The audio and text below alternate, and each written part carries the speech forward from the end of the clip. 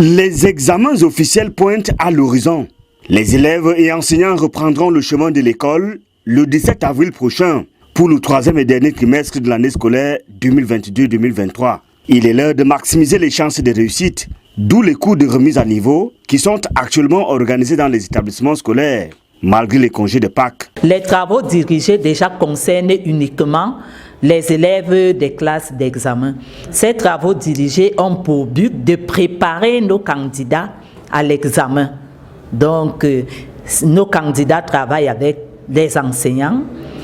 Ils traitent les anciennes épreuves d'examen. Les enseignants reviennent aussi sur les lacunes.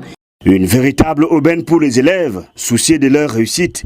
Étant donné que je suis en classe d'examen, là maintenant nous sommes en train de faire pour mieux nous apprêter le jour de l'examen. Donc on fait un peu un bref de tout ce qu'on a vu durant le trimestre.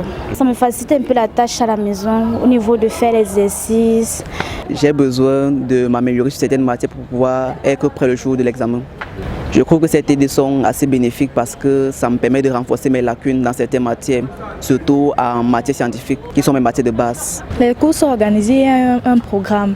La semaine passée, c'était toute la semaine, mais cette semaine, on va finir juste mercredi. Et on va laisser le temps aux élèves de se préparer pour lundi, la rentrée. Dans chaque classe, comme peut-être moi je fais terminale D, nos matières du premier groupe, SVT, informatique, physique et maths, ce sont les matières où on a le plus ancré les TD. Durant 2 semaines, les enseignants ont changé leur méthode de dispenser les cours dans les salles de classe.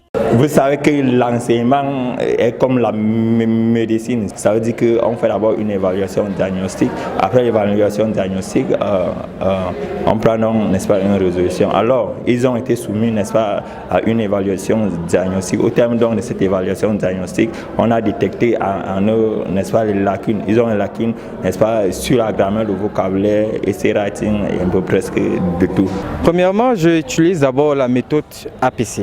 C'est-à-dire l'approche par compétence, qui est la nouvelle approche de l'enseignement.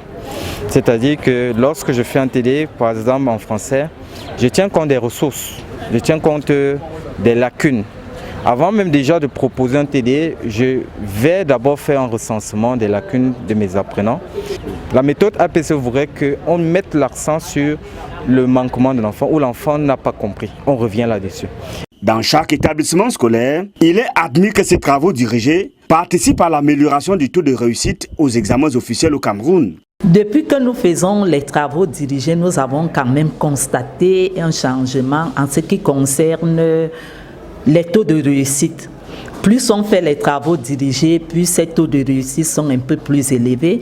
Par exemple, avec l'année de Covid, on n'a pas eu assez de travaux dirigés.